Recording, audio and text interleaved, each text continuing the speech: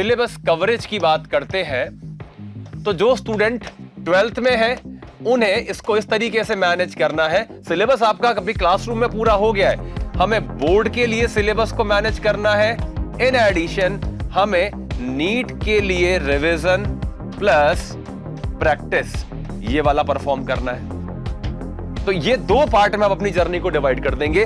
आपका जो time table divide होना चाहिए वो दो चीजों को डेडिकेट होना चाहिए। बोर्ड आपको देना है, बट ट्रस्ट मी, अगर नीट आपने ईमानदारी से पढ़ा है या आपने क्लासरूम्स में अपनी पढ़ाई बहुत अच्छे से करी है, कंटेंट आपका वेल प्रिपेयर्ड है, तो आपको सिलेबस पे ज्यादा ध्यान नहीं देना पड़ेगा। ये नहीं पढ़ना पड़ेगा कि मुझे टॉपिक समझना है, आपको प्रैक्टिस करनी है बोर्ड एग्जाम में लिखने की। बाकी जो आपका रिवीजन है और जो प्लानिंग है वो नीट ओरिएंटेड हम मैनेज कर सकते हैं। जैसे आपने एनसीईआरटी की रीडिंग करी फॉर बोर्ड एग्जाम, तो आप उसको थ्योरी लिखने की प्रैक्टिस कर सकते हो।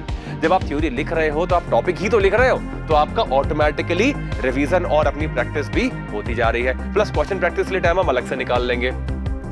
अगर हम पोस्ट 12th में है, जैसे कि हमने एक ईयर ड्रॉप लिया है, हम उसकी बात कर रहे हैं, तो यहां पे जो हमें सिलेबस कवर करना है, तो यहां पे हमें पूरे दिन में एक टाइम निकालना पड़ेगा बैक पोर्शन के लिए, जहां पे हम बैक पोर्शन का, जिसको हम बोल सकते हैं बैकलॉग, उसका रिवीजन करेंगे।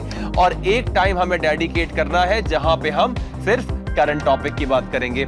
और जब भी मैं लिखता हूं कि हम बैक पोर्शन को टाइम देंगे, करंट टॉपिक को टाइम देंगे, मैं दोनों चीजों पे एक साथ एम्फसाइज कर रहा हूं। हम थ्योरी भी पढ़ेंगे और हम क्वेश्चन प्रैक्टिस भी करेंगे, क्योंकि आप सिर्फ प्रैक्टिस ही प्रैक्टिस करते जाओगे, अपनी गलतियों को दोबारा से सुधारोगे नहीं, प्रैक्टिस बेकार है। अगर आप बिना पढ़े प्रैक्टिस करोगे कोई सेंस नहीं है। अगर आप सिर्फ पढ़ते जाओगे, अपने आप को टेस्ट नहीं करोगे, तो वो पढ़ाई भी बेकार है। जज कैसे करोगे अपने आप को?